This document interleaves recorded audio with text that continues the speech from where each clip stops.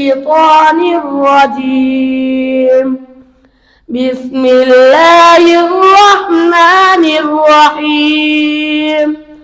فلا صدق ولا صلى ولكن كذب وتولى ثم ذهب إلى أهله يتمطى أولى لك فأولى ثم أولى لك فأولى أيحسب الإنسان أن يترك سدى ألم يكن نطفة من مني يمنى ثم كان علقة فخلق فسوى فجعل منه الزوجين الذكر والأنثى أليس ذلك بقادر على أن